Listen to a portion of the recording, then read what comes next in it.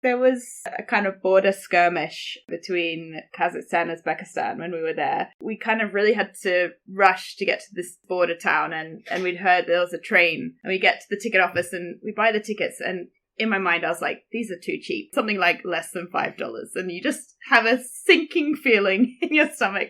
You're about to have a really bad time. Eventually the train shows up and we had to bribe the guys to like put our bikes in the train and get our bikes on because they didn't want to let that. And then it meant that we kind of got to the carriage, get in, and we just looked down the aisle, and I swear to God, there was about 500 heads just looking back up the aisle, and us like, no seats. It was about 40 degrees. There was obviously no air conditioning. I mean, it was basically like being in a tin can on wheels, sauna vibes. Welcome to Seek Travel Ride, where we share the stories and experiences of people taking amazing adventures by bike. Whether it's crossing state borders, mountain ranges, countries or continents, we want to share that spirit of adventuring on two wheels with our listeners.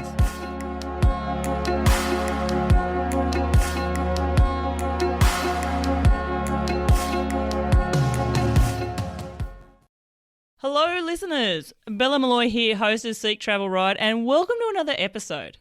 Now my guest today is Harriet Gruen. A few years ago, she barely cycled, and then she just schemed up an adventure which would entail her riding to Central Asia. From the UK, of course. This journey she would label the unlikely adventure and saw her get all the way to the Kyrgyzstan border, 10,000 kilometres in 4 months. By the end of that journey, she had a newfound love of cycling, but she also made some fast friendships and got back to London with a stack of memorable experiences. Somewhere along the way, that love of cycling sharpened her focus towards ultra-distance events, and Harriet has now lined up at races like the Pyrenees and the Dales Divide, testing herself on challenging courses all over the UK and Europe. Most recently, she successfully set the fastest known time for a solo woman on the UK's iconic Three Peaks by Bike challenge. This involved hiking to the top of the three highest peaks in the UK and then using her bike to cycle the distances between them. So, as you can see, listeners, her bike adventures have been pretty varied and many, and I'm super excited to be able to chat with her today. I've no doubt we're going to be talking about the highs and lows of long-distance bike adventures, as well as the emotional roller coaster of racing ultras and setting out to break records. We're going to discuss what it's like to cross the Pamir Highway while dealing with debilitating food poisoning. We're going to be learning to be uncomfortable with the uncomfortable when it comes to racing ultras, and how her bike adventures have somehow pivoted away from taking on as many ice creams and Fanta on board as possible while cycling through Europe and Central Asia, to chasing records and hiking up mountains in the UK. Harriet Gruen, a big warm welcome to the show. Thanks so much, Bella. Very excited to be here and chatting with you about all those adventures that you mentioned.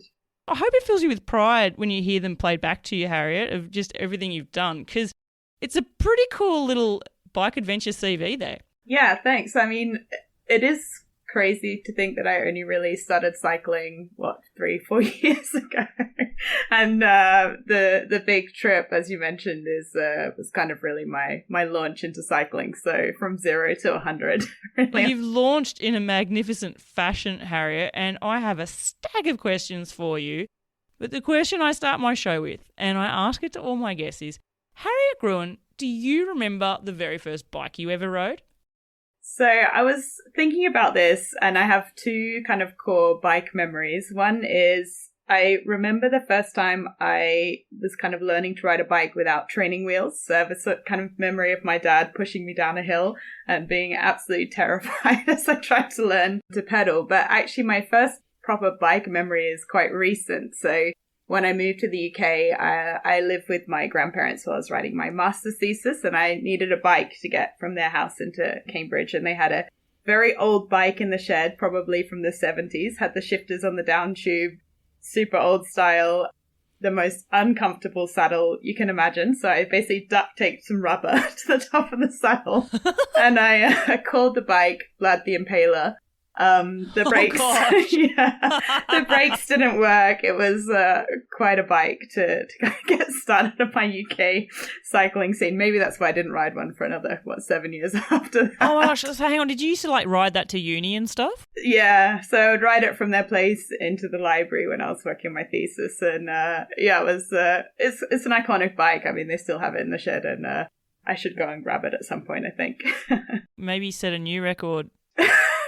I wonder how it would have gone on the Pyrenees. Oh, it wouldn't even have 32 mil tyres, would it? I think they're like 19 mil, like max It's width. really old school. Yeah.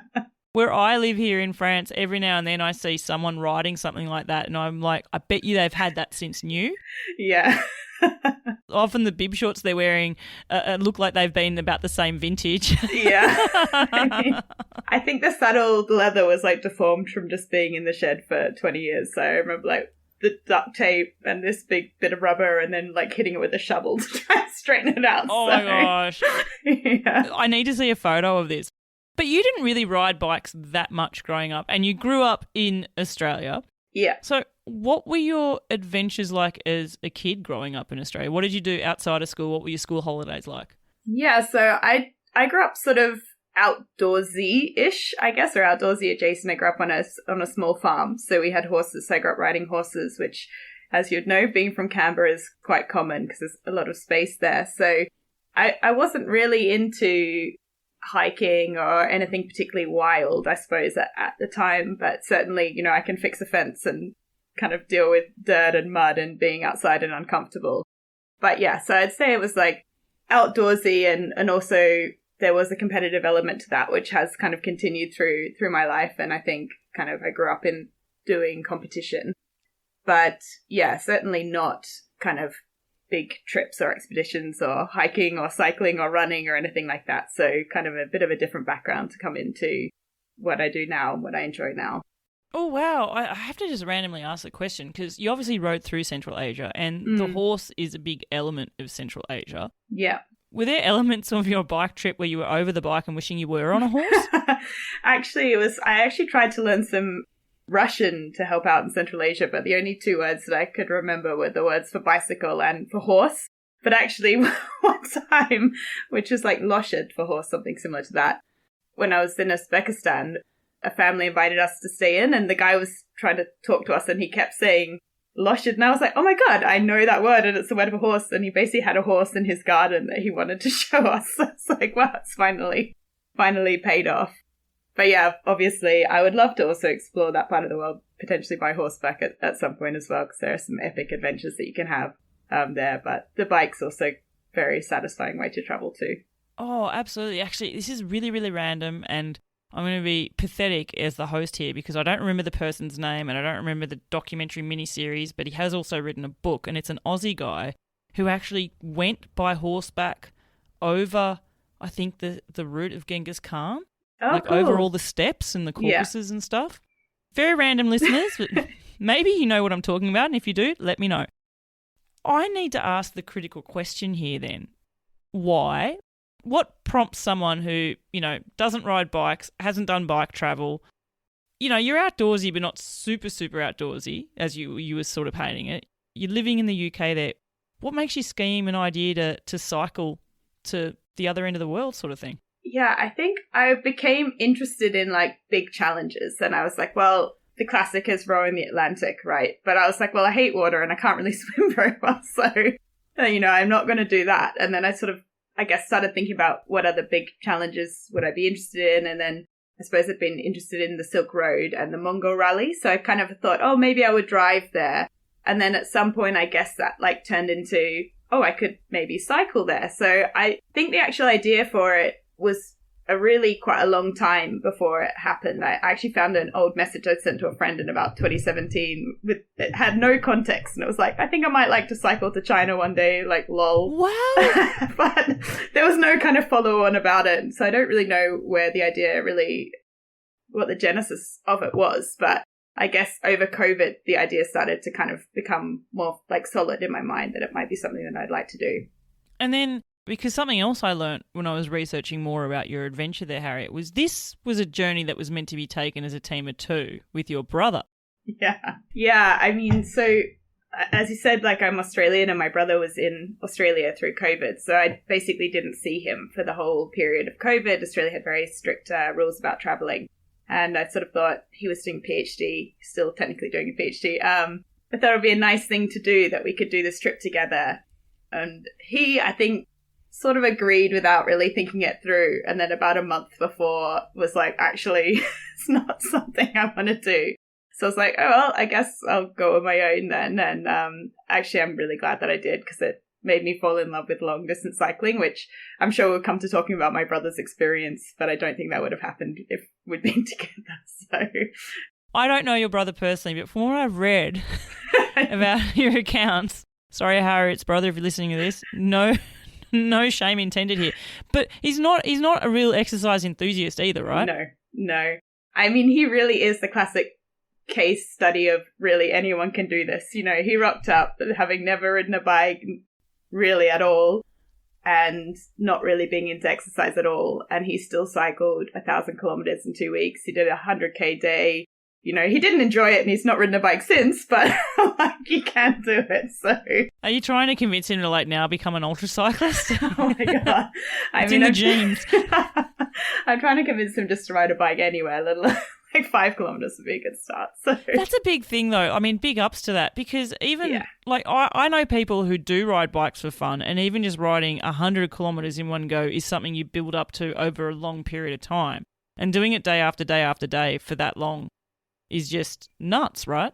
Yeah. No, I mean, it was super impressive. And actually it was like inspiring to see what he could do. And I hope that he felt proud of himself afterwards. I mean, certainly while he was experiencing it, I don't think he did. Well, he told me that quite bluntly. But I hope now, reflecting back on it 3 years later, that the kind of scarring has subsided and he can be proud of that like monster effort that he put in through Turkey and Georgia as well, which is not like the easiest places to travel through anyway, compared to some of like Europe or whatever. Do you sometimes wonder though, how far he would have gone? Like, had he started with you in France? Germany. I don't know. How would he have gone? Yeah, I guess we'll never know. But maybe we'll do a reunion trip at some point. You know how we'll never know? We'll also never know what you would have done either. Yeah, for sure. I mean, him and I did do a reunion cycling trip actually this year, but it was 3 days and he hired an e-bike, and that was sort of a much better way of doing things through the kind of wine region in France, which was, yeah, I think much more civilized than 1,000 kilometers through Turkey and Georgia. Yeah, but you know, one's got more cred to it though, right? Yeah, he can be consoled by the fact that he's got good credibility. I also wonder there, Harriet, you know how you'd schemed this idea up 5 years before, but it was 5 years really. You said you saw a text from like 2017. 5 years later, you're going to be doing the thing.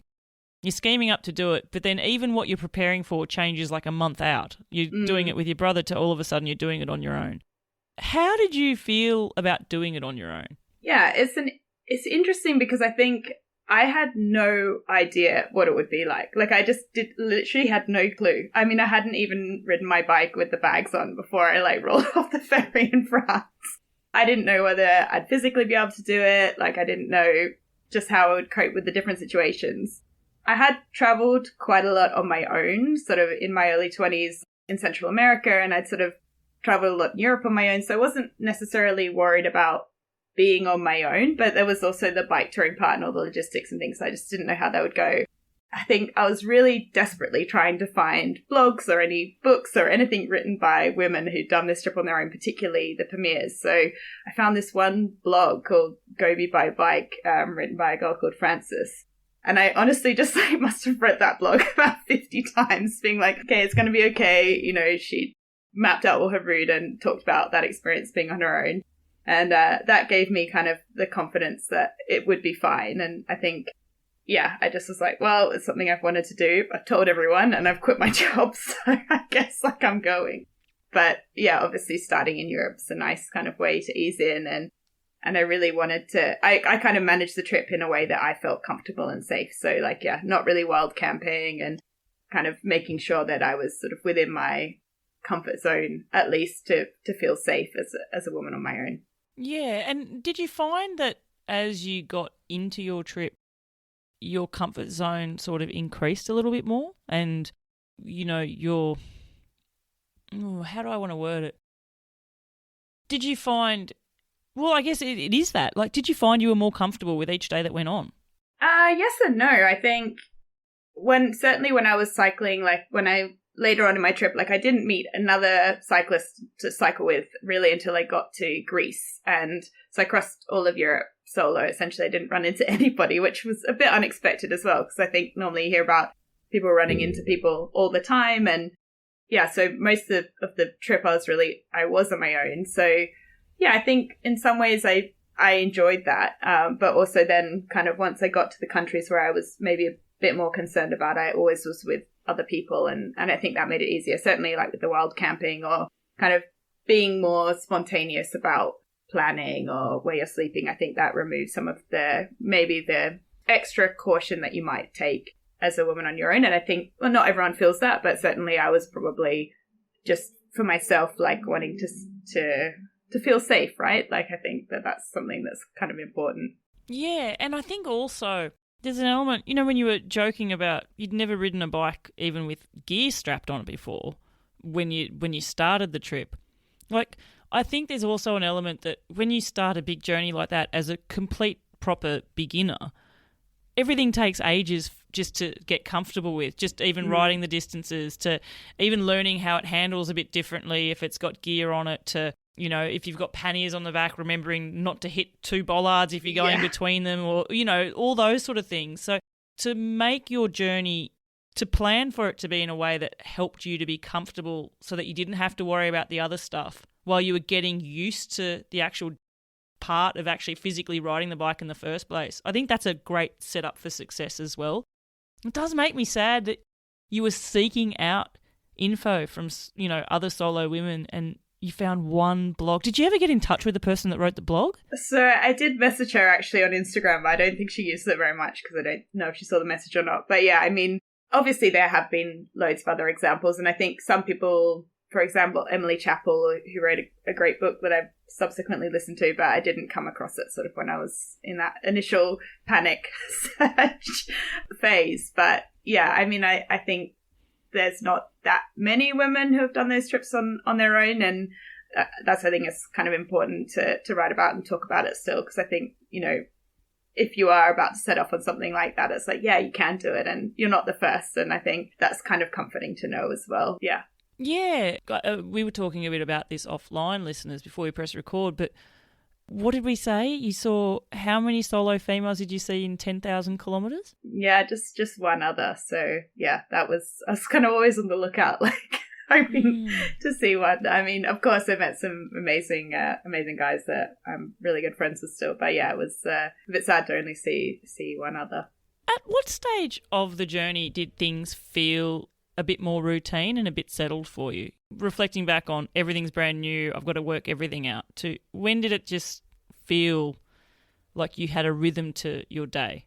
Yeah, I mean, I think I kind of ended up cycling quite long by cycle touring standards, not by ultra cycling standards, days like relatively early on. So in some ways the trip, while it was about seeing places and being in different landscapes, I think that a lot of it, I just really enjoyed this actual the cycling part and like moving through those landscapes and that experience more than maybe stopping and interacting with people. And maybe that does come back a little bit to being a woman on your own. I think I'd be a bit more protective of myself about those interactions with people. Like, and I know some people do cycle touring to have those interactions and really engage with people throughout the trip, where for me, I would be a bit more standoffish if people were kind of trying to really chat to me, or only really engage if I felt like it was an okay situation. So a little bit the routine became more about, the natural environment and the actual cycling and the physicality of it, which I enjoyed. And it strips away, and I'm sure like lots of people have mentioned this already, but you're really living at the bottom of Maslow's hierarchy of needs. It's just eating enough, sleeping enough. And it really is a very simple way of living. There's sort of no complexity aside from those getting your basic needs and moving through those landscapes. So I suppose that sort of started relatively early in the trip as I kind of pushed more towards trying to see what it was like pushing my body to cycle a bit further and enjoying that feeling of being able to cycle across the country in a day, like, well, the small country in a day, which is, you know, it's a pretty cool thing to be able to do. Something that I found interesting, because I spent a significant part of yesterday going through your old Instagram stories, your archive, your online blog, which is awesome. And listeners, I'm going to post a link to them in the show notes as well, because I think your words, it's awesome to reflect on what you were writing about in this amazing journey. And I think there's so much power there. And, you know, as someone who themselves was seeking stuff like this out, we need to push it out there as much as we can. But it was interesting for me to observe just how you were changing with the physical demands of your route. Mm. That was really apparent as well. Like the first few days you could tell, God, this was a struggle, to even the complexities of, oh my gosh, that descent, I don't know that I have any brakes left, to you got to a stage where you were enjoying things like that and enjoying pushing the boundaries. And I think, didn't you have a day, I'm trying to remember, was it in Uzbekistan where you and I think it was Ed and McKinley, didn't you like ride almost 300 kilometres or something? Yeah, that was actually quite funny. I think that was probably my idea, because I think I was sort of like, before the Pamirs, I was like, oh, the road's going to be bad in the Pamirs. So it's like, oh, this feels like the last opportunity to like really do a huge day. So we rode from Bukhara to Samarkand, which, yeah, I can't remember the exact distance, but I think it was nearly 300k. And they were up for it, and it was just like a really cool thing to do. And actually us doing that, then other people who were cycle touring a little bit behind us heard about it, and then they all did the same thing as well. So it became like a thing for that kind of cohort of people. I don't know if it still is or not, but for that year, a lot of people ended up doing that in one go just to kind of push themselves. And it was also amazing because when we came into the middle of Samarkand in front of the like incredible architecture of the old palaces with the mosaics and the lights all lit up, and it was sort of this really, really cool thing to have done. But yeah, that was I guess at that point was like, yeah, let's push ourselves and see how far we can go in a day, which was really fun, and maybe the gateway to ultra cycling in a way. Yeah, because I was going to say, when did that ultra cycling idea get peaked? Because when I had read about that, I thought, that's someone who really wants to keep pushing further and testing themselves. And then that's where I could start seeing that sort of, oh, okay, I can see now how you've turned into what you do now with cycling. You're not cycling with panniers on your bike doing things. You're pushing things as fast as you can. So do you feel that was also at a time where you were interested in this? Like, were ultras even, were you even aware of them at that time? Listeners, I recently had the pleasure of taking my own little mini bikepacking adventure, and on that trip I used the Zerali Summit Seeker tent. Zerali are an Australian brand making awesome outdoor gear, and their prime motivation is to get more and more of us out there in the outdoors. So their gear is great value without a super high price tag. Their Summit Seeker tent, it's a 2-person tent and weighs just 1.6 kilos. What I absolutely loved about using it on this weekend was how quick and easy it was to pitch, the fact I could sit upright in it and not have my head hit the ceiling. It fit both me and my husband in it perfectly fine, and it has double doors, which meant neither of us had to awkwardly climb over each other if we needed a middle-of-the-night bathroom break. Check it out for yourselves, the Summit Seeker 2-person tent from Zerali. Clicking the affiliate link in the show notes also helps support this podcast. Back to the episode. Yeah, I guess through touring you hear about them, and, you know, obviously I'd heard of the Transcontinental and races like that, and, you know, I just couldn't believe that people would cycle that far every day. It seemed so insane. But yeah, I think I definitely, when I came back from the big trip, I was, you know, back to work, and I thought, oh, well, I kind of want some other goals, and I, you know, obviously I have this finite amount of leave I can take each year. So I was like, well, can compress those like big adventures, and ultra cycling is that, right? It's like compressing all the emotions, all the experiences you have in a bigger trip, but like in a very short time frame. And I'm also a competitive person, and I think even though, you know, I'm not the best cyclists, like power numbers or whatever. But I think being in that environment where it's a bit of a competition allows me to find an extra gear in myself, which I don't have otherwise, which I really enjoy. So it's not saying I'm going to try and win or whatever, but it's more like just having that environment. I'm like suddenly able to push myself much more than I would if I was just touring, which I still love and I think is an amazing way to see the world. Yeah, because I was going to ask, were there elements of your bike tour where you layered in a bit of your own competitiveness, for lack of a better word? Like, you know, some people map out a bike tour and, you know, you dreamed up this idea, I'm going to ride to China, and a lot of people would then have like mini milestones along the way. You were mentioning the beautiful, amazing cities and sights to see in Uzbekistan there from the old Silk Road. Like that would be a milestone, that would be a marker that you might see. That might, you know, it might be Cappadocia in Turkey, that might be something else that you go to see. And there's a milestone. But, like, did you layer on not so much milestones, but did you find you were layering on personal challenges?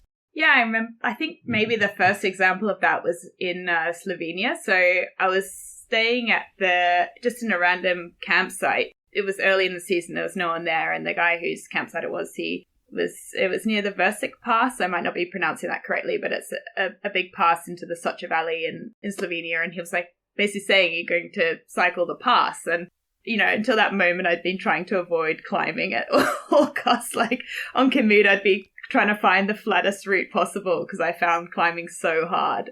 Which is hilarious considering the ultras that you've done. But anyway. I know.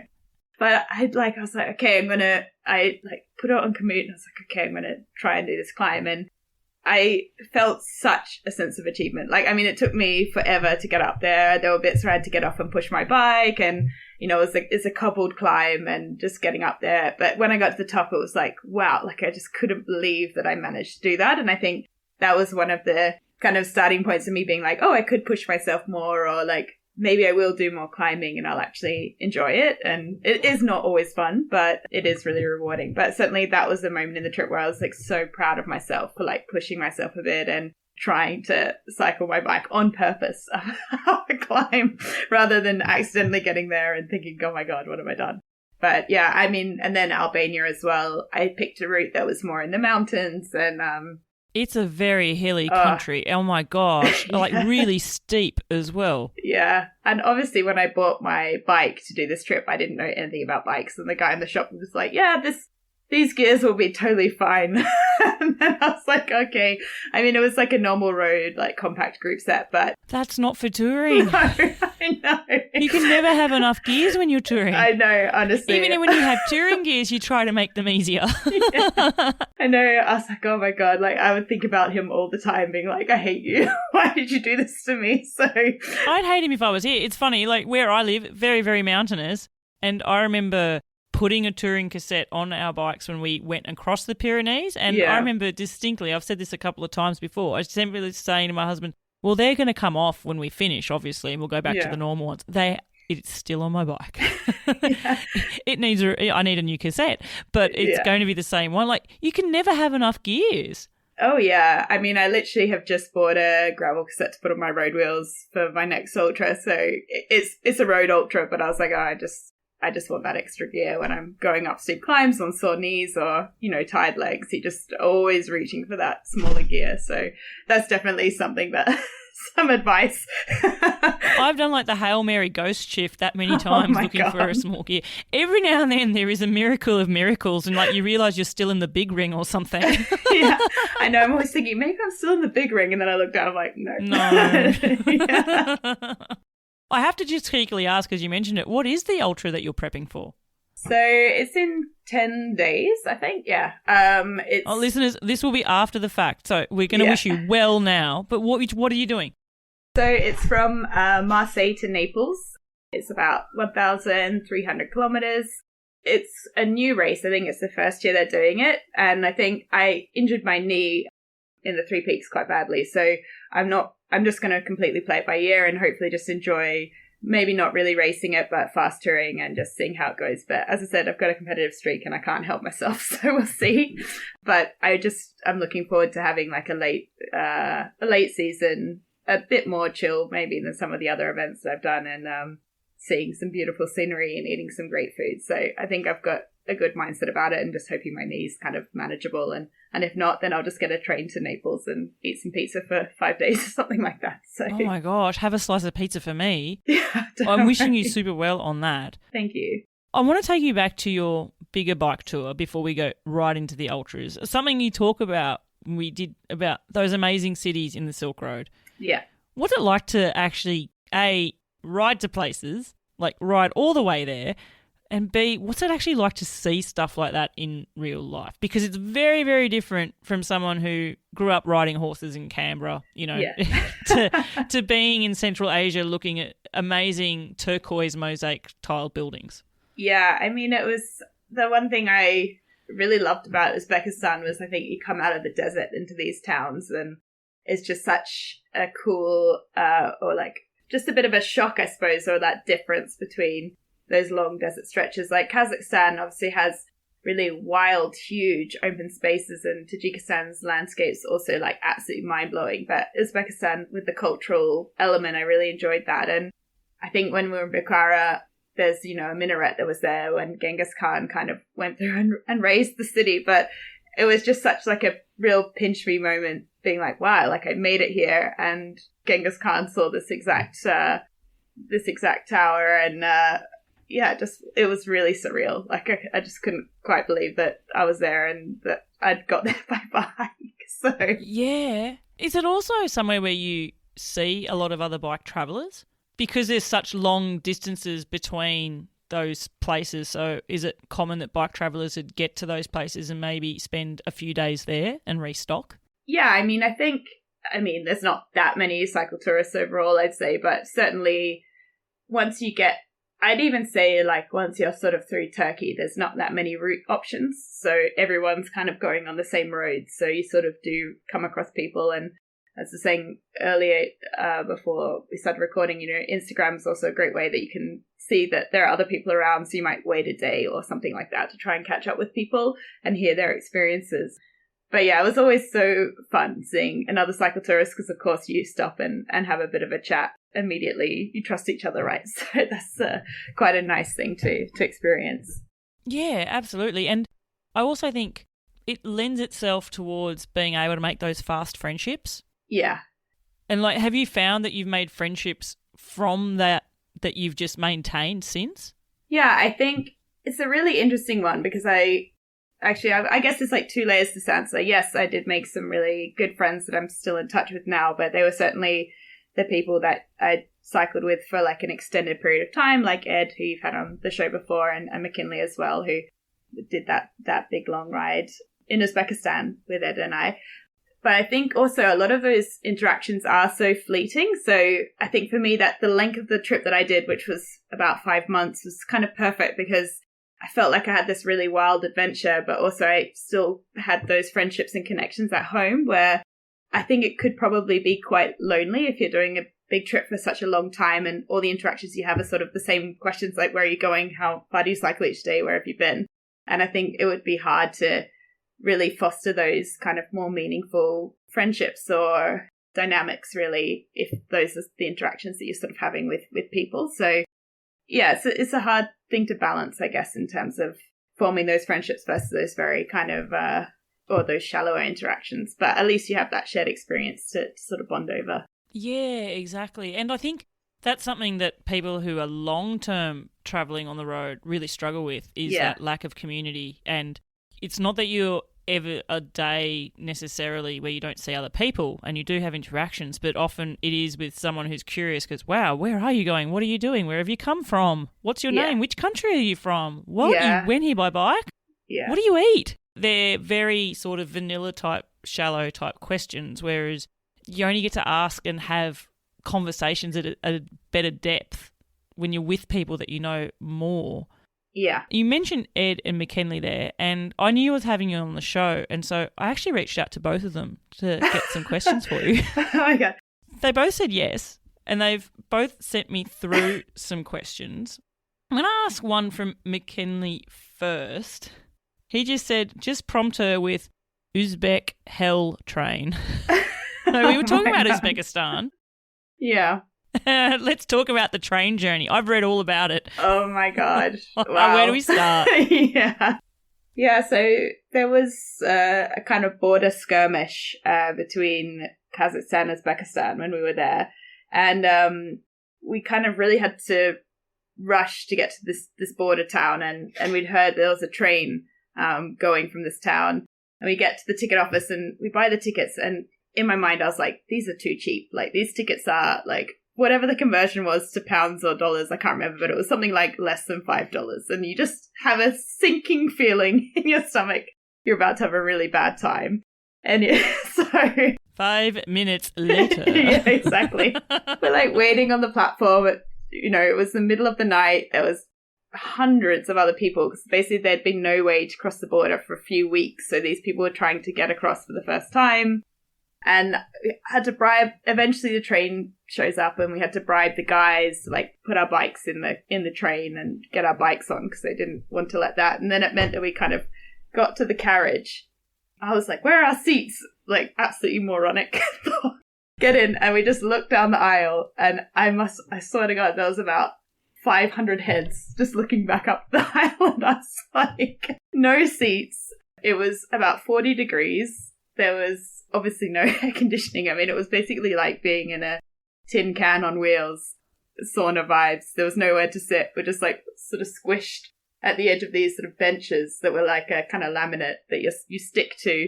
At one point, they took McKinley off the train when we got to the border because he's a US citizen, and he didn't come back on. We must have been stopped there for over an hour. When I was thinking, I don't know, I was sort of saying, what do we do? Like, he doesn't come back. We go to the embassy, try and... What do you do? Like, what do you do? No. But yeah, eventually he did come back on, and it was, well, I wouldn't say it was fine, but it was about 14 hours, I think, of this experience. But luckily, some people in the end freed up some bed space, so we were allowed to like lie down and nap for a bit. But it was this kind of rotating situation. But yeah, it was a real experience, I have to say. Did you say 14 hours? I think it was something like that. It was insanely long. Yeah, it was very uncomfortable. So whenever you meet someone who's like flying back to Australia or who has never done it and wants to complain to you about that leg from the UK to Singapore or whatever, which is like 14 hours or something, you just like, yeah, hold my beer. Yeah, exactly. Complain to me when you've been on a train to Uzbekistan, 40-degree heat, stuffed in like sardines. And then you have like a rotating sleep system. Yeah, I know. I know, and then actually I did kind of get adopted by a family that was there, and they were sort of feeding me tea, and so that was nice. But yeah, it was, oh man, it was horrendous. I've seen like a hilarious photo that you took of this on your blog. It's like, I don't even know, did you sneak the photo or was it just like, no, this is where we are? Yeah. I just remember that naivety of thinking, oh, we're going to have assigned seats, which is just so laughable in hindsight. But yeah, because I think, if you travel in South America, they have really great buses. So for some reason I was like, oh, it's going to be like that. But no. Yeah, and like, I mean, here I'm used to amazing trains here. Yeah, I did a journey just a few weeks ago all the way to northern Germany from here in the south of France, all on amazing trains, which blows my mind. Like, as an Aussie, like, they're long distances, and that I was on a train that was going that fast over countries was amazing. But I'm just laughing at the idea that you were waiting on a really packed platform. I'm still stunned and amazed that your bikes were dealt with on that train. Yeah, they were. Yeah, it was fine in the end. They probably travelled better than you did. Oh yeah, they had their own carriage. I literally at one point thought maybe we should just go and sit in with the bikes. So. That probably would have been much better. Yeah, I know. Yeah. All right, so as McKinley's question, I do have now from Ed. Okay, so Ed has sent this in 3 parts. I'm going to play each of them over the microphone. I'm just going to play them one after the other, and we're going to make sense of it after, okay? Yeah. Harriet, Ed here. Firstly, I cannot believe you didn't tell me that you were going on the pod after many years of me trying to persuade you to do so, and then you go ahead and do it on the sly. Crazy. Secondly, question for you. What is your why? And then another question.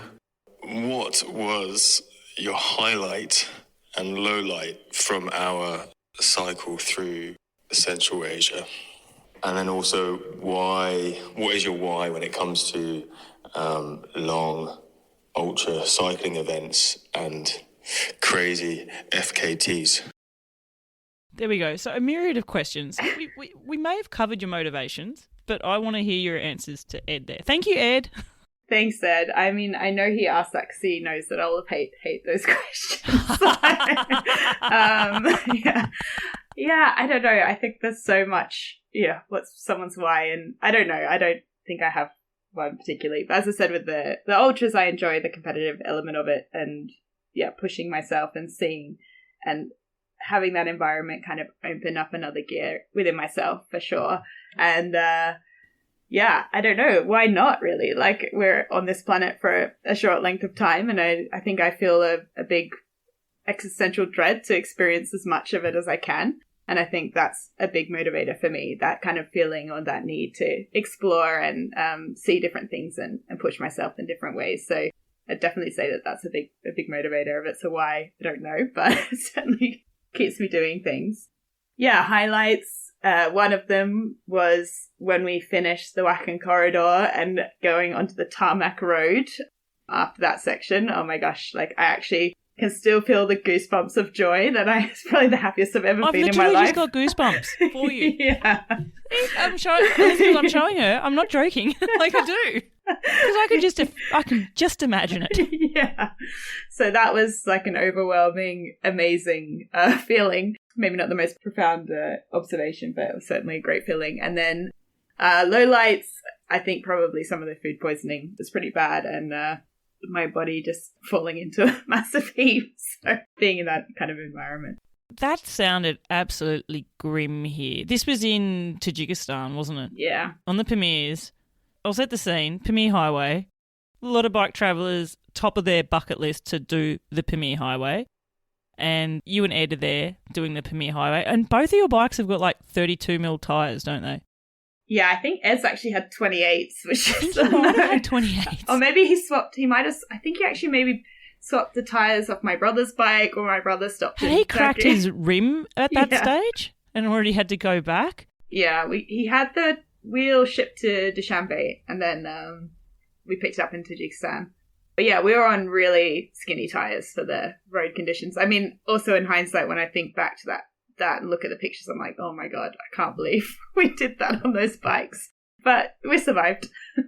The terrain's one thing. The equipment your bike are spec'd with is another. Then there's the weather, because I think I read somewhere on your blog, even though we're here in the middle of summer, we still have days that are 5 degrees because you're in such high altitude zones, right? Yeah. It was snowing at one point. Oh my gosh. And then it's the food poisoning from hell. Now, I've interviewed a few bike travellers, Harriet, who have told me about their food poisoning in the Pyrenees, and it's always sounded grim. But you and Ed were hit really, really badly. Yeah, it was... Do you know what the culprit was? Or... No, I don't know what it was. I think everybody does get sick there. Like, it's sort of, if you get through it without being sick, some kind of miracle. I mean, and even some of the places we stayed, some of the locals were asking me for my Imodium, and I was like, no, I need it. But yeah, at some point, I think that wasn't even helping, to be honest. Yeah, it was pretty horrendous. I mean, it was like lying on the side of the road, basically just trying to stay alive and hydrate. I think we still tried to cycle, but I'm pretty sure we only managed about 10 kilometers or something like that. So before we had to call it quits and stay in sort of some random place. Was that where you had like a rock for a toilet or something? Yeah. I mean, we were basically just lying on the side of the road, and there was no toilet. So it was just trying to find a rock to kind of go behind, and it was really, really grim. Certainly a bonding experience for Ed and I to have that together. But yeah, definitely wouldn't wish that on anyone, that's for sure. I think I read it was when you got to the end of that section, you realised just how depleted both of you were. I think, didn't you came to like a KFC? Oh my gosh, yeah. And you just like ordered every single thing you possibly could. Yeah. So we basically got to the border with Kyrgyzstan, and then at that time, that border was between Kyrgyzstan and Tajikistan was closed. So it is open now for cycle tourists, but it wasn't at the time. And then we had this discussion whether we would try and go through the Bartang Valley, which obviously a lot of people do, but it's and it does look incredible, but we were severely underbiked and just completely spent. Like, I think both of us had really nothing in the tank, so we ended up kind of getting lifts back to Dushanbe in a car and going to the KFC and just ordering absolutely everything. But it was sort of funny, like, I guess there were times where I felt better than Ed, or like was less sick, and then, other times where he felt better than I did. So it was towards the end, I think I'd started to recover, but I'd been taking some medication, I think, for some bug bites or some kind of issue that I was having. So it also made my skin really sensitive. So I was like covered in bites and like extremely sunburned and like hadn't been able to eat anything. I had a really upset stomach. So absolutely, like, my body was not in a good way. Yeah, absolutely depleted. Yeah. Like in an ultra, but just worse. Yeah. I mean, luckily the landscapes made up for it. I mean, it is really an incredible part of the world. Like, the scenery is just absolutely mind-blowing. And it was, would definitely recommend it to anyone. But I do, there are some occupational hazards potentially. I don't know. I'm still not sure if I've ever interviewed anyone who has managed to dodge the food poisoning element. I don't know. I'm trying. Yeah. I can't think of anyone off the top of my head. Yeah, I think it's also the water, and you have to be super careful, but I think it's unavoidable, to be honest, unless you've got absolute iron intestines, which unfortunately I'm not blessed with. No. I mean, I've had food poisoning at home, and that's really, really bad.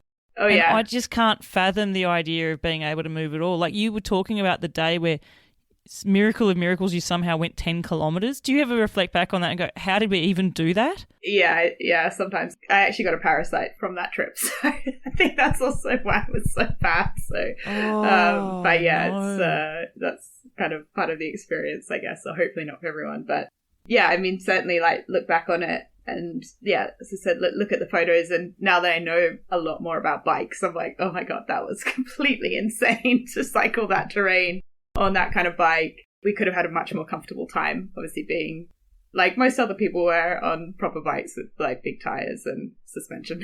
Is there any part of you that wants to go back and do it with a proper bike? Proper bike, you know what I mean, like a better spec, for the conditions. Yeah, exactly. I would love to go to Kyrgyzstan because that was the one place I didn't get to, and obviously the landscapes there look unreal, and there's a lot of hype around it as a cycling destination, I think, and so that's something I would do, but for sure I would take a different bike to the one I did my tour on. But yeah, at some point, and if the border was open, of course, like maybe doing the Bartang Rally or something like that would also be really epic. But given restrictions around work, I don't know when I'd be able to do a trip like that, because obviously it takes a while to acclimatize the altitude. But yeah, for sure, it's an amazing place to ride a bike, and I think more enjoyable the squishier it is. Listeners, if you absolutely love this podcast and you love tuning into the stories that I bring to you each and every week, you can help me and support the show by heading to buymeacoffee.com/Seek Travel Ride.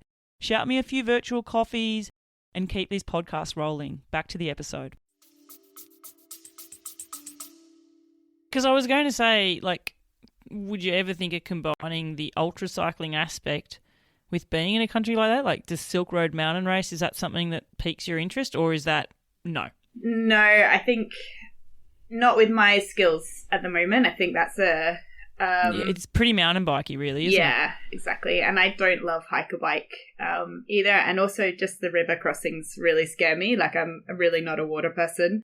And, it actually at Dales Divide, I just crossed just a little ford in the UK, and I fell over and kind of half got pulled into this little, like, literally the least kind of scary kind of case of this happening. But I would be so nervous about crossing fast flowing rivers, and I think that's a big part of that race or that adventure. So yeah, I think that one's probably not for me, but I would love to ride in Kyrgyzstan anyway. Because I was also initially I was thinking, what about like Mongolia? Mongolia involves a lot of river crossings as well. Yeah, I guess you can pick routes where either it's not too bad or you have to manage it. But I guess the problem with the race is you're kind of sticking to that track, right? It's maybe a bit less flexible than picking your own route or being able to go miles and miles off to find a better place to cross the river, or maybe avoid hiking for 30 kilometres with the bike on your back. But, I mean... I can't fathom that. But then, you know, people are doing that in the TCR as well on parkours. I know. I am signed up for Atlas, though, next year. So when I'm saying... yeah. Huge. So when I'm saying... That's awesome. When I'm saying I'm not a mountain biker, I'm like, oh, what am I doing? Oh, you've got Morocco to look forward to. Wow. Wow. Because I was going to say, you know, while we're adding bucket list things there, I mean... maybe the way to see Mongolia would be on horseback. Yeah. Would you feel comfortable with river crossings on a horse? Yes, more than on foot. It's, I think, much safer way to cross it because they're obviously much heavier and able to withstand a current. Yeah. Before we leave the adventures with Ed and McKinley behind, there was one more question from McKinley, which I did have a good laugh about, which was... would you rather bike in brown boots or sleep in turd tunnels? Oh my gosh. Well, we've already been on the kind of poo narrative, but yeah. Yeah. Oh, in this show we talk about poo a little bit, so it's okay. Yeah. Everybody poos. Yeah. Brown boots, that refers to when Ed dropped his cycling shoes down a long drop. So we called him Brown Boot after that, and McKinley and I had a night camping where he slept in a tunnel next to a human turd. So, I mean, I didn't. I put up my tent and I refused to sleep in the tunnel. But Ed wouldn't be able to sleep in the tunnel because he's scared of tunnels, isn't he? Yeah. I mean, tunnels probably, not quite a good description of it. More like an underpass sort of. Like a culvert? Yeah.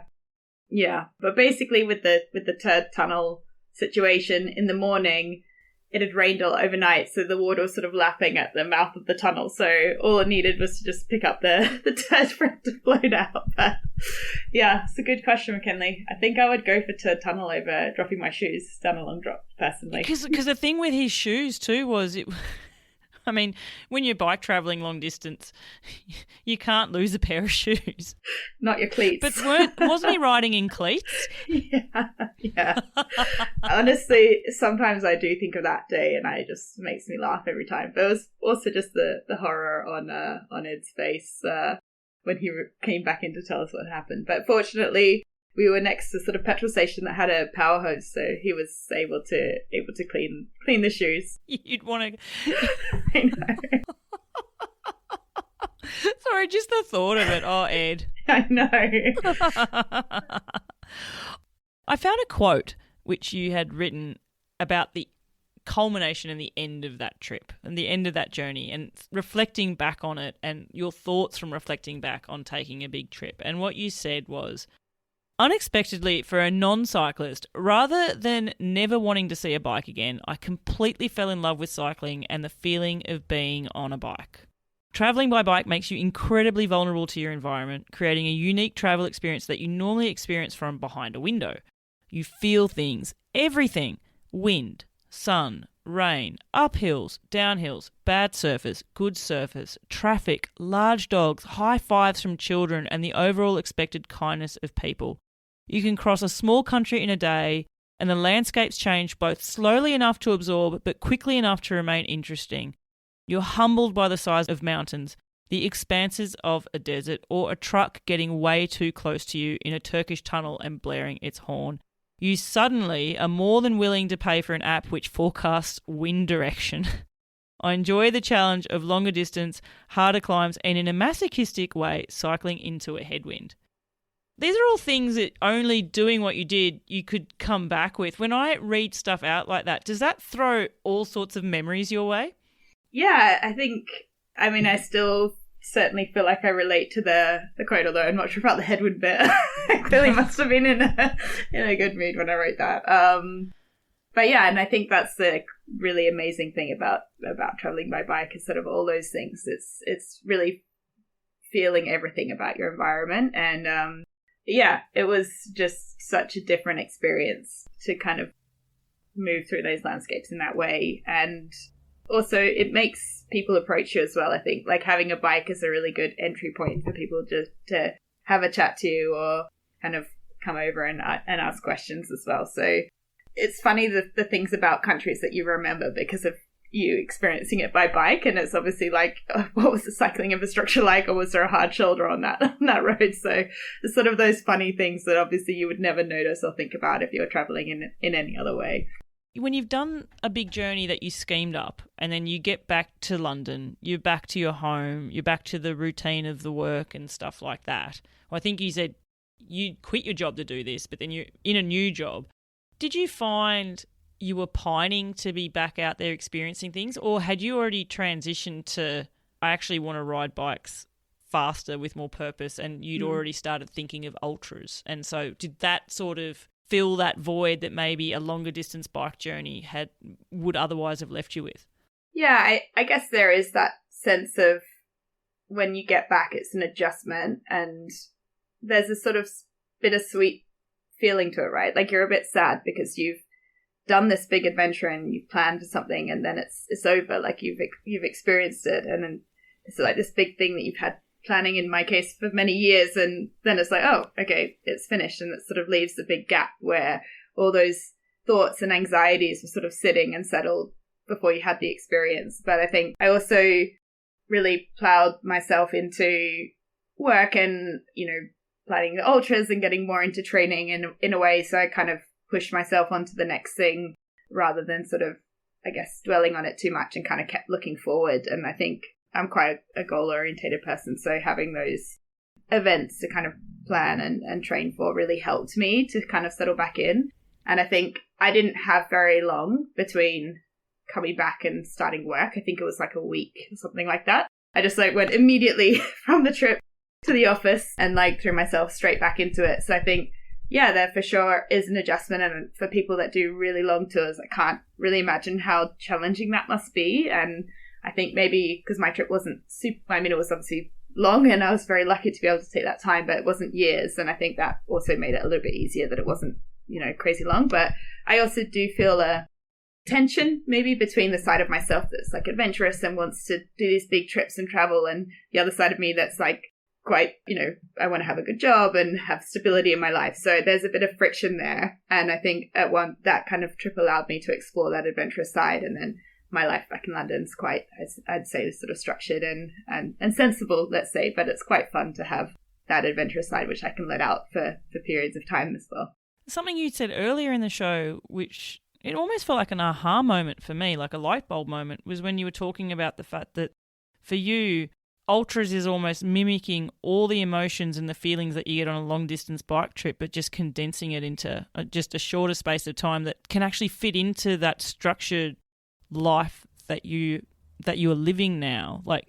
When you're in one place and you've got the routine of work and you've got the community of friendships and things that you do outside of work hours, but you have the ability to take enough time off to do an ultra event, which is giving you all the highs and sadly sometimes all the lows that you would on a long trip.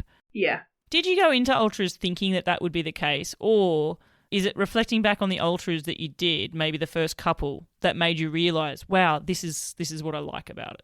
Yeah, I think one of the things is the sleep deprivation, but that makes you quite emotional, right? So I'd say normally I'm on a relatively even keel emotionally. I sort of I'm not a super emotional person, but when I'm doing an ultra and you have the sleep deprivation layered on top of the physical challenge, and then suddenly, the highs are pretty high and the lows are pretty low, right? So, but that's actually for me quite an interesting experience, and I enjoy that. And I think it is that condensed nature of touring. You get all the challenges, you're awake the whole time as well. So obviously the day's properly 24 hours, so there's not much sleep involved, and you're having those experiences kind of sped up.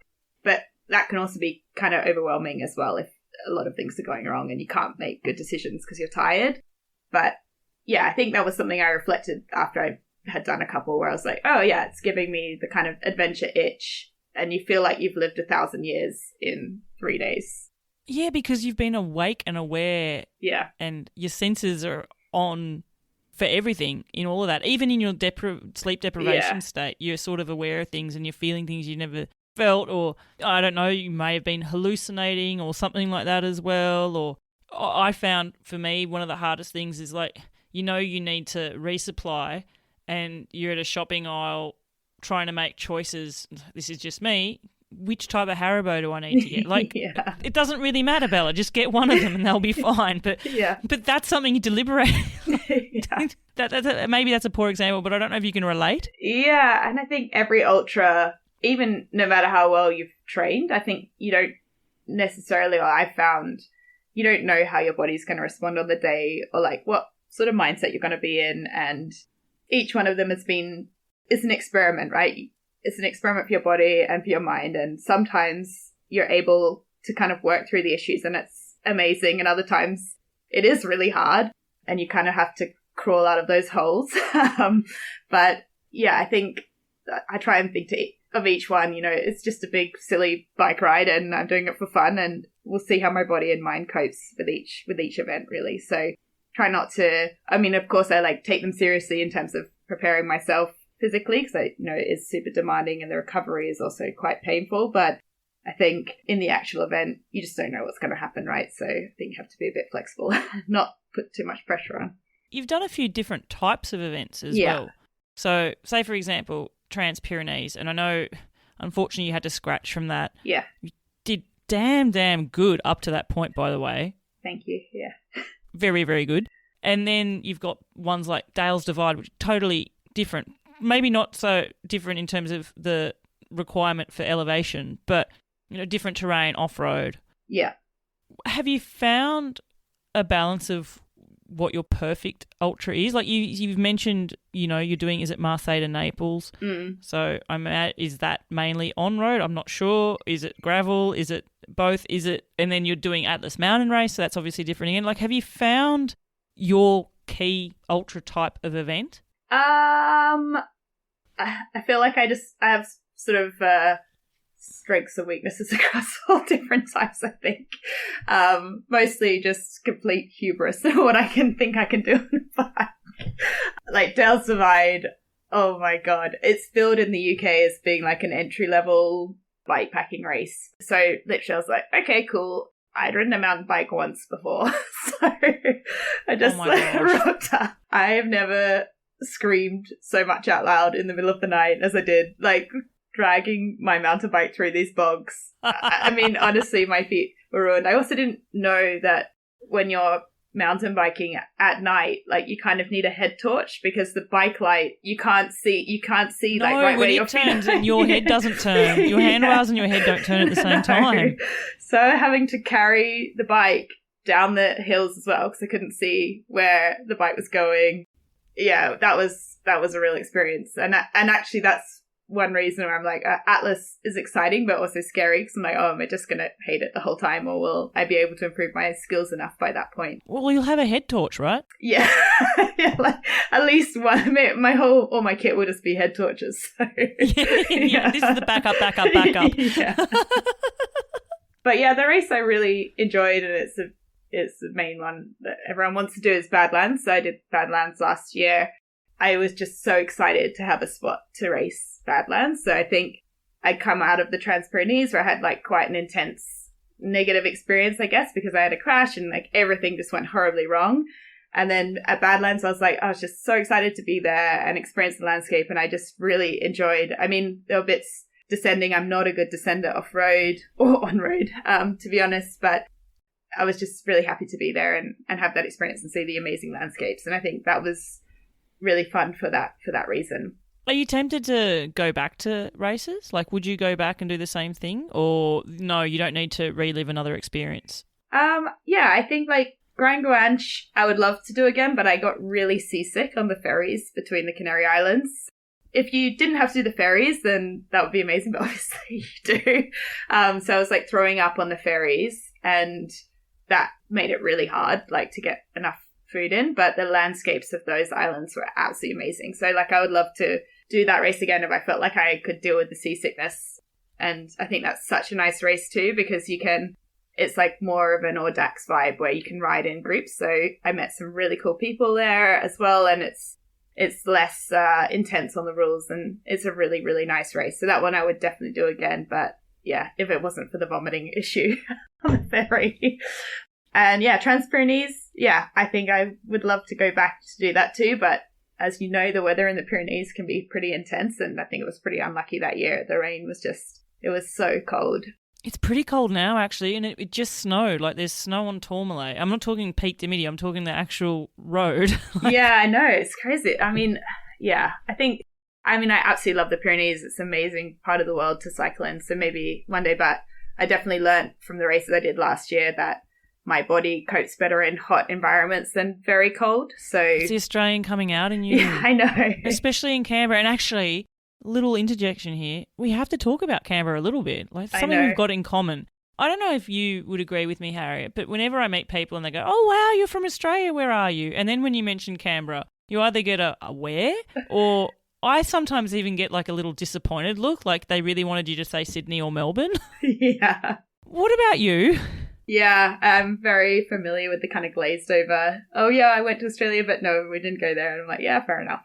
So. Yeah, nobody does. But do you know what? If you like riding bikes, that is somewhere where you need to actually go, because we have some awesome bike riding opportunities in Canberra. Yeah, I mean, when I went back last year, maybe it was the year before, it was the first time I'd really ridden a bike. So I actually borrowed my brother's bike that he did the big trip on that hadn't come out of the shed for 2 years, covered in cobwebs. And I rode it around, and there's like loads of cycle paths, and it was really nice to see the city differently and actually really appreciate how rural it is, that you can kind of get out and be in these sort of remote areas, which is really fun. Yeah, it's something that I have really appreciated anytime I've been back, and when I am there, is that it's a city without feeling like a city.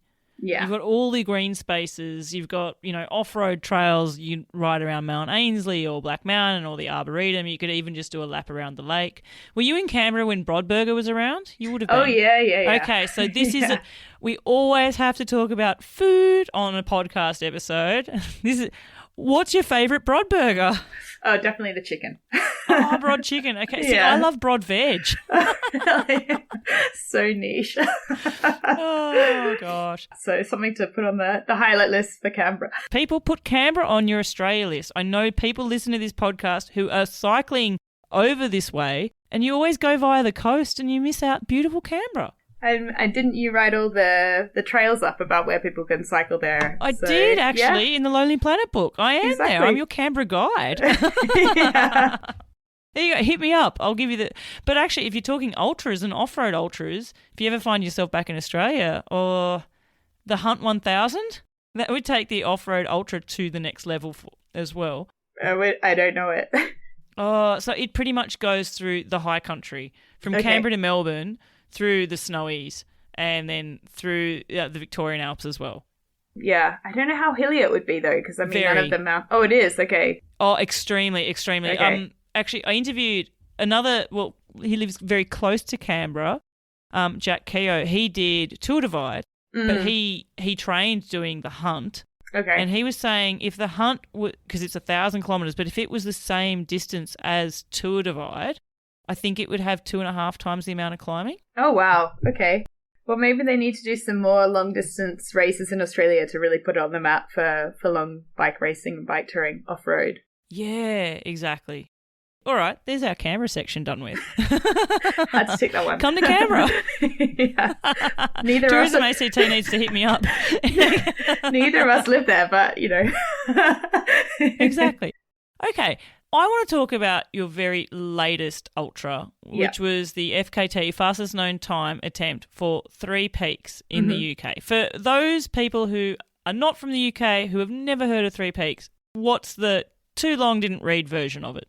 Yeah, so the UK 3 Peaks is the 3 highest mountains on the mainland of the UK. So it's Ben Nevis in Scotland, Scafell Pike in England, and Snowdon in Wales. And normally the challenge is that people do it in under 24 hours, but you do it by car, obviously. So you start at Ben Nevis and get driven to Scafell Pike and then to Snowdon to finish. And it's a really popular challenge here in the UK. So yeah, I decided to do it by cycling between the 3 mountains instead of driving. I actually really do love hiking and being kind of in the mountains. So I thought I'd try and combine those 2 loves and being kind of okay on the bike and put those together to try and set the FKT. Did you read about it from an FKT point of view, or like I can understand, yep, you love pushing yourself on the bike, you love hiking, but even the idea that I'm going to go for the FKT, like that's the competitive side of Harriet Gruen there, right? Yeah. I also, again, like my big trip, I don't really remember where I first read about it, but I definitely had it in my mind last year. Like I had thought about doing it last year, but I was not able to get in much running kind of training beforehand. So I was, and also had like quite a lot of big ultra races last year, like Pyrenees and then Badlands. So I didn't really have that time for more like running and hiking to prepare myself. So I decided to push it to this year, and actually it became like my main kind of goal for this year, rather than doing any other big cycling ultras actually. So what was the FKT before you set off for yours? So it was 52 hours, and that was set in, I think it was 2022 or maybe 2020, and the men's record is absolutely blistering 32 hours, which is set by Angus Young, who's quite like a well-known ultra cyclist and he's runner. just finished another world record ride just recently, hasn't he? Yeah, he's an absolute machine. Absolutely. Have you ever met him? No, I haven't met him, but I did send him a message to ask him a bit about his route and what he did, and he was really kind, sort of giving me some advice, which was really helpful before I set off. And I basically spent ages looking at his route on Strava as well, before I kind of planned mine out. Oh, gosh. See, learning has taken place here with me. So there's not a defined route of how to get between, like, you choose your own adventure in a way. Like, obviously there's the route to the hike to the top would be defined, I'm imagining. Yeah, so there isn't really a defined route, but I guess not that many people have done it for like speed, but the ones who have kind of taken a similar route for the cycle, because obviously there's the most direct way. And then the one change that Angus did that not everyone had done was the middle mountain, Scafell Pike. You can hike up one trailhead and down the other side, and your team can move your bike around, which is now what everyone who's done it since has done the same thing as him, because it saves you about 20k of cycling if you do that. I did the same. So hang on, you first had this idea, did you say last year? Yeah, I think it was at the beginning of last year. When did you start seriously training for it and actually thinking, this is the year I'm going to do it? Yeah, probably in January of this year, because my original plan was to do it in May. But I had quite a busy period at work. I just wasn't fit enough in May, so I pushed it back. So I'm working with a coach, Yaz Muller, and we kind of, in April, I was like, oh, I don't think I'm like in good enough shape to do this and like manage it. Okay. And she was like, yeah, okay, like I think we should push it back. So we pushed it back to August, which gave me just that bit of extra time to build up a base of both running and cycling. So yeah, it was quite a long lead in, and yeah, I felt like I was training a lot, but obviously, like as I kind of said in my write-up of it, you know, there's been other women who've broken overall records this year, and when I looked at what they were doing for training, I was like, wow, okay, like I was really in the kindergarten of training hours compared to some of the other records that were broken this year. Do you feel an element of that comes from prior experience? And what I mean by that is, having done what you've done, there's an inherent level of experience that you bring with you to the next thing that you do. And so, for example, the first time you ever do an ultra, you don't know what you're signing up for. You don't know what the pain cave is going to be like. You don't know the emotional roller coaster so much. And so I don't know whether, you know, depending on your personality, you might overtrain, you might overplan, you might overanalyze. But then once you've done that and you sign up for the next one, it's a different race and there's different unknowns, but you sort of have an idea of how it's going to go. So do you feel your difference in training compared to other things may have been an element of feeling like you knew what you needed to do? Maybe less so of that and more that, you know, I'd say this year I had like a more kind of intense work schedule. I had a lot of family commitments over this year, so it was more just trying to fit everything in. And, you know, I think, as I'm sure anyone who's trained or prepped themselves for a big event, you know, it does require a lot of sacrifice and giving up on other things. Of course, you enjoy it at the same time and it is rewarding, but you are tired. There's only so many things you can stretch yourself to do. Yeah, I think sometimes, like some weeks, I'm not always very disciplined. Like I do sort of skip sessions sometimes, and I'm not always great at following the plan until I get a bit closer to the goal, then I become much better. But yeah, I think, some people are amazing at being super disciplined and putting everything on hold to push themselves and put in the work to really do amazing feats. And I think maybe I'm a halfway house. I've got enough drive to train enough to make it happen. But yeah, I think that was sort of the best I could commit to doing, given all the other stuff I had going on as well. Just even hearing you talk about everything that you have going on and then to go for it, like it does consume all of your life outside of your work hours. Like that is your 100% focus. It has to be. So to even cram other things that normally wouldn't be occurring in around that, I can understand how your training plan, it's not that it goes out the window, but like sticking to it becomes harder and harder as well. Yeah.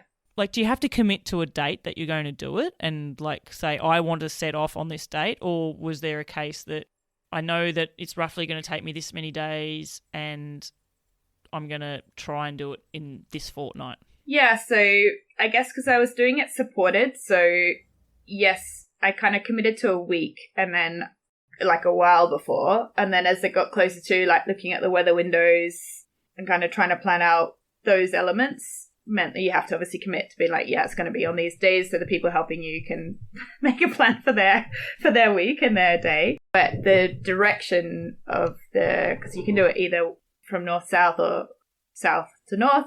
So that was made like the week before on the wind, basically, which, to be honest, wasn't particularly favourable in either direction. But it was slightly more favourable. It looked like it would be coming from the north. So I made those decisions quite close to, but certainly doing a supported event, it was the first time I'd ever done something like that. And it was, I learned a lot through it, but it was also really funny. I found and fun having people kind of cropping up and helping out, which really helped kind of keep in a positive mindset. And the whole time I was just thinking, I'm never doing this again. And I have to do it because I've got these people that have given up their days to come and help me to do this. Oh, wow. So do you think that if there was an element of them not being there, do you think there might have been an element of maybe you not continuing at any point? I don't think I would have not continued, but certainly the roads that I cycled on I found quite stressful because you basically cycle on A roads, which in the UK is main, the one level down from a motorway, because it's the most direct route. And as I said, in Angus's Strava route, he'd cycled on dual carriageways, which I'm not comfortable doing. So I modified the route to not cycle on dual carriageways, but you end up on very heavy traffic kind of routes. So I personally wouldn't do it again for that reason. I just didn't find the cycling particularly relaxing. Yeah. That's, if you're going for an FKT, that's really the thing you kind of have to do. That's an unknown that's a horrible, scary unknown too. You cannot control the vehicle behind you. Yeah. I was so visible. I looked so uncool. I've seen photos of it. You've got the big proper safety vest and everything. It honestly became such a comfort blanket. There was one bit where I'd forgotten to put it on and I was like, oh my God, I don't have my vest on. But yeah, I was really, really nervous about the traffic beforehand. And, actually it was fine. There were some bits that were, not pleasant. But obviously I didn't have anything go wrong on that front, clearly, as I'm speaking to you today. But it was all okay in the end. What was your favourite peak? It sounds like a shallow question, but... I mean, obviously, Ben Nevis was at the beginning, and it was, I went up with a friend who came to do the peaks with me, and we were really quick up Ben Nevis. But I think Scafell Pike was probably my favourite. I think it's the most wild out of the three. There was not really anyone else there, which was quite cool. And that would be magic. Yeah. Obviously, I was already pretty tired by that point, but we were still kind of moving quite well, and I felt still pretty good. By the time I got to Snowdon, I was a bit of a wreck. But Scafell was nice. How did it feel bringing it all to a close? Because we should put it out there, you did set the FKT, didn't you? Yeah, so I was about 10 hours faster. It took me 43 hours, 50 minutes.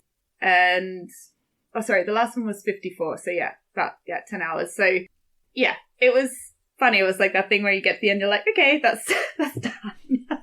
But it was really nice because also my partner was at the end as well, and he doesn't normally come to my races, so it was quite fun for him to be there and experience what it was like, I guess, for me to be going through that challenge, of him to be supporting me, which was really, really nice. And then I also had a guy, Eddie, who lives next to Snowdon. He was a friend of a friend we'd never met before, and he came with me up Snowdon. I think that's such a cool thing about these sorts of ultra challenges and endurance events, is that everyone is just so nice and supportive. And, you know, he got up at 2:00 in the morning to come with me up this hill, and it was just, you know, things like that are really awesome about like people doing endurance sports and that the community around it. It would be such a massive mood lift too. Oh yeah, for sure. And, you know, coming down, he was like, "Oh, you're doing amazing. You've got this." All sort of shuffling along. And it's funny because Snowdon took the same amount of time as Ben Nevis, even though it's like not half the distance, but it's, you know, significantly shorter and way less climbing. But obviously just the fatigue had set in at that point, and I was like just dragging my body up the hill. So. Oh my gosh, yeah. And then you hurt your knee right at the end too, right? Like, I don't know if inside of the finish line, I'm not sure if that's the right phrasing. Generally. It was? Yeah. 100 meters. It's still a bit injured now, isn't it? Yeah. I don't know, like 100 meters to go. I just tripped over, like just stumbled, fell over and just smashed it into a rock. So, yeah, obviously hobbled to the end anyway, but didn't really realize how bad it was until it was 3 weeks later, and I was like, oh, I think I should see a physio. So, what's the diagnosis been on the knee? It's sort of, luckily he was like, it's the best kind of knee injury to have, like it will just get better with time. It's basically sort of pressure under the kneecap, so it will be fine, and it's mostly okay when I'm cycling. So it's called moviegoer's knee. So if you basically sit still with your knee bent, you get the sore knee, but it was obviously aggravated or by... also if you race an ultra and smash it into a rock, you can do it. That'll do it differently. Yeah, exactly. You had a coach for this event, did you? Yeah. Had you had a coach previously? So I started kind of working with a coach last year. So I had a different coach when I was prepping for Pyrenees, and I actually just really wanted to work with a woman and also someone who'd had more of a corporate job, so I could sort of understand my time commitments. And yeah, so I started working with Yaz beginning of this year, which has been really good. She's good at the structured training and helping me to kind of be more organized about all of the planning side. But yeah, it's definitely helped having someone to hold you accountable, I think, in terms of the training and trying to, I mean, I don't enjoy, some people love hard intervals. I hate them, but kind of, I feel pressure to do them because I know someone's looking at the training peaks to see that I've done them. I mean, I did have you out on record saying you enjoyed a headwind, so it's almost as masochistic, but yeah. You're winding that one back. Yeah. Well, I reached out to Yaz and I said, I'm interviewing Harriet. Do you have a question? And she does. Okay. All these questions for you. So Yaz's question is, how did you balance the focus between going for the fastest time possible for this FKT and having still an enjoyable time in the process? Yeah, I think part of well, let me wind that back. Sometimes big challenges aren't always enjoyable, so maybe I didn't have the expectation that it would necessarily be enjoyable, but I think it actually really was in this case. Like, I really did enjoy it and I did have fun. And I think part of that was just because it was supported, which was such an unusual experience.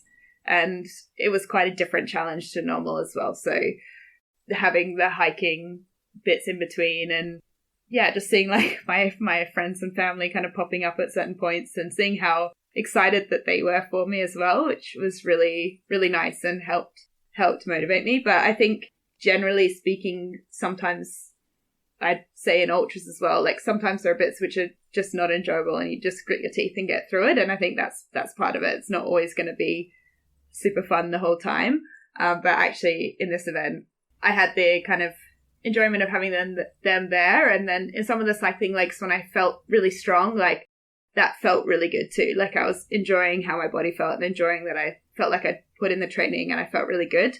And like on Ben Nevis, when we were moving really well, and on Scafell Pike as well, it's like, it's nice that you feel really strong, right? And you're enjoying how you can move through that environment. And then, yeah, having those sorts of moments with, yeah, my friends and family and my partner as well to kind of keep me, yeah, in a happy place, even when my shoes got lost. So Yeah. Oh, I read something about this. Like, if you were giving tips to someone who was taking it on to like have a smaller support vehicle or something like that, or Yeah, so essentially because I had different family members helping throughout the challenge, we didn't have a single car the whole way, so I had like a box of stuff, and in the box of stuff my shoes got lost. I went back to Scotland, so I had 2 pairs of trail running shoes. So when I got to Scafell Pike, Elijah, who was helping me up the hills, he was like, "Oh, here are some shoes." And I was like, "What are you talking about?"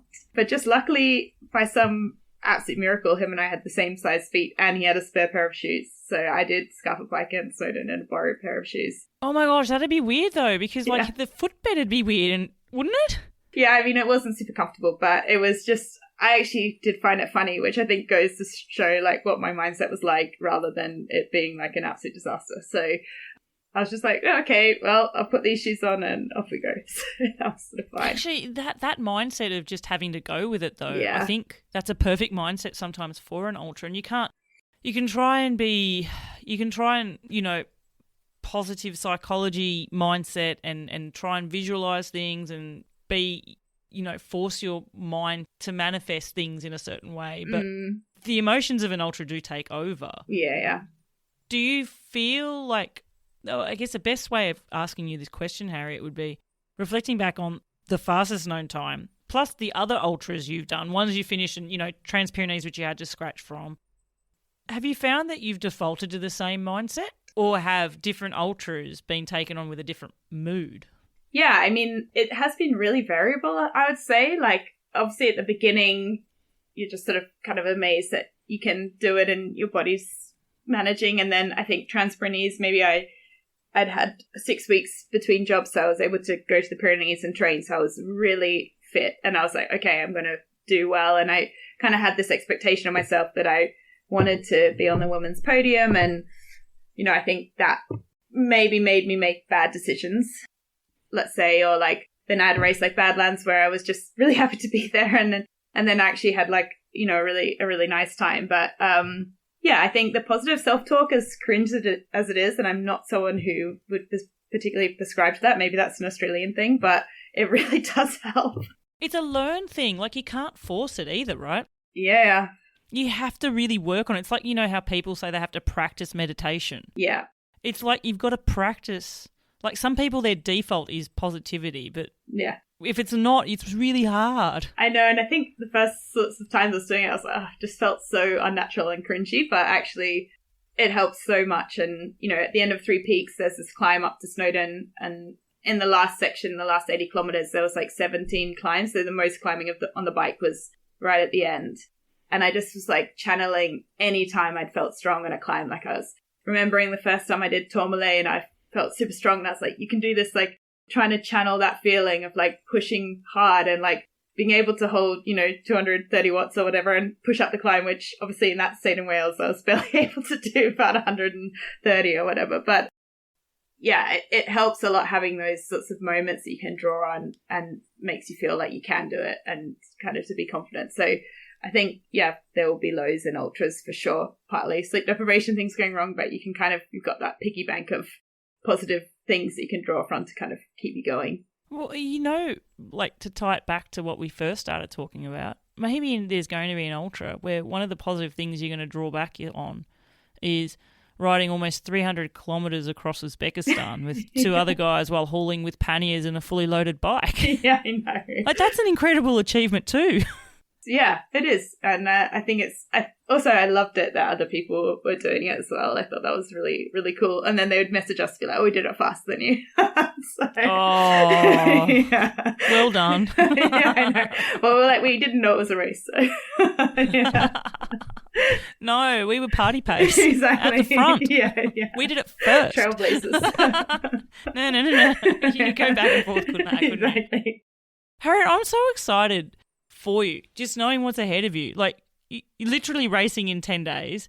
I can't wait to track that. An Atlas Mountain Race is huge. Yeah.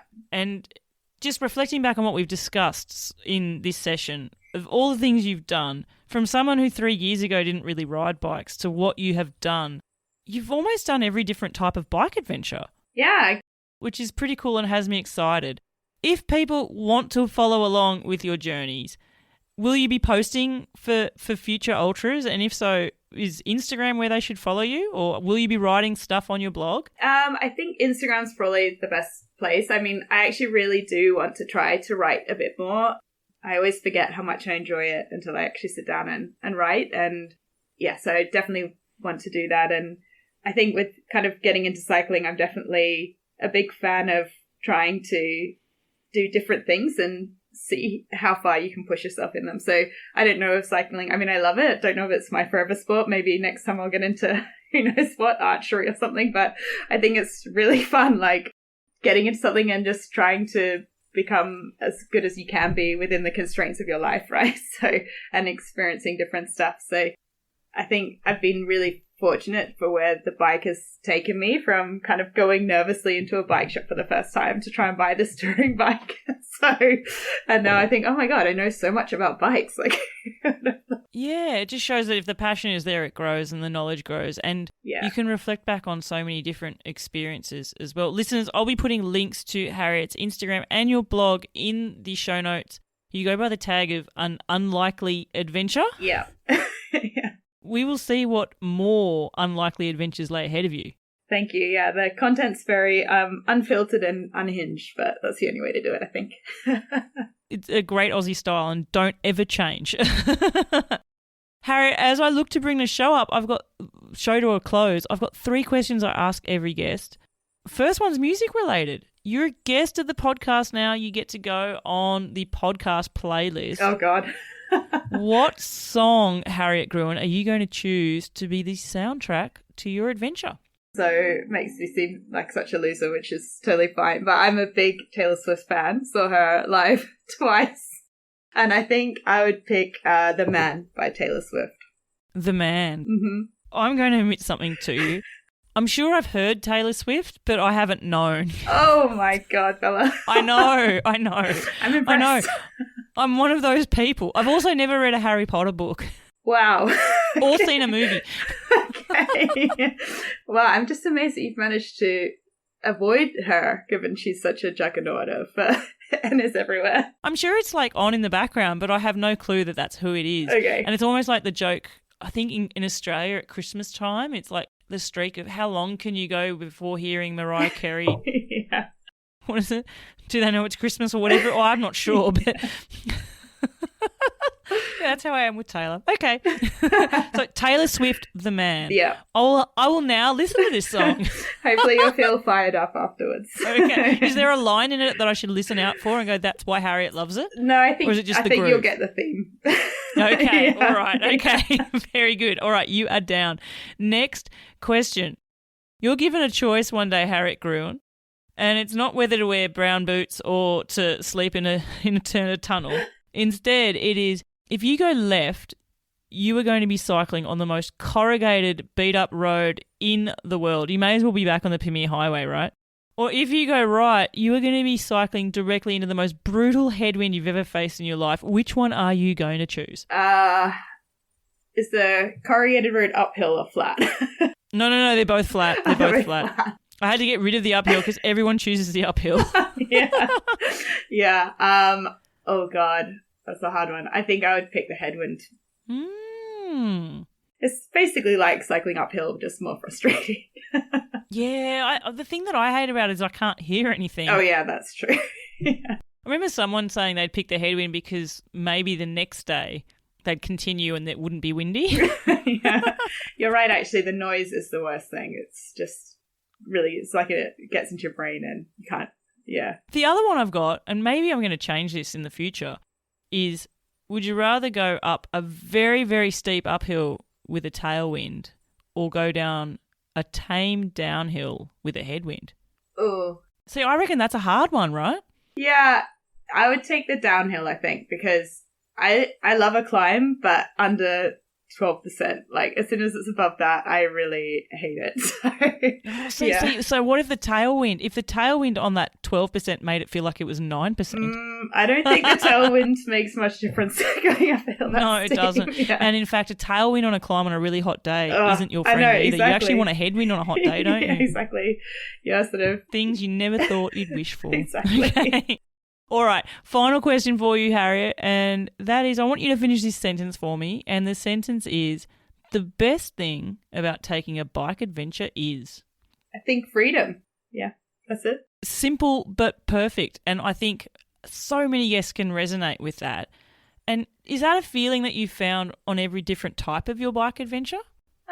Yeah, in some ways. I mean, I think, the big trip, there was the freedom of time as well. And I think, you could choose the direction, you could change the route. I mean, I think on the races, it's much more structured. Like obviously you're doing a set route normally and there's a time constraint. So maybe it's a bit less like that, but it feels like a different type of experience. But certainly like cycle touring or taking time out to a big trip, it's just, it's really a unique thing of being able to get up every day and just be like, okay, where am I off to today? And setting a route and just seeing where it takes you and being able to adjust that depending on the people you meet who suggest going up a big climb, or other cycle tourists are going the same direction as you. So yeah, I think that's it really.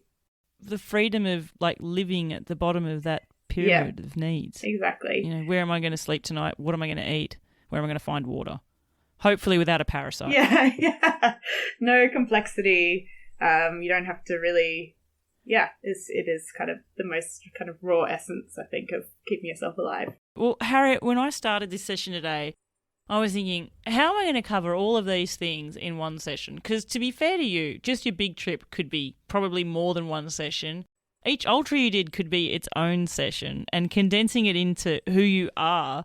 But it has felt natural, and I've really understood so much more about you, and it's made more sense now. Speaking with you, knowing what you've done as well.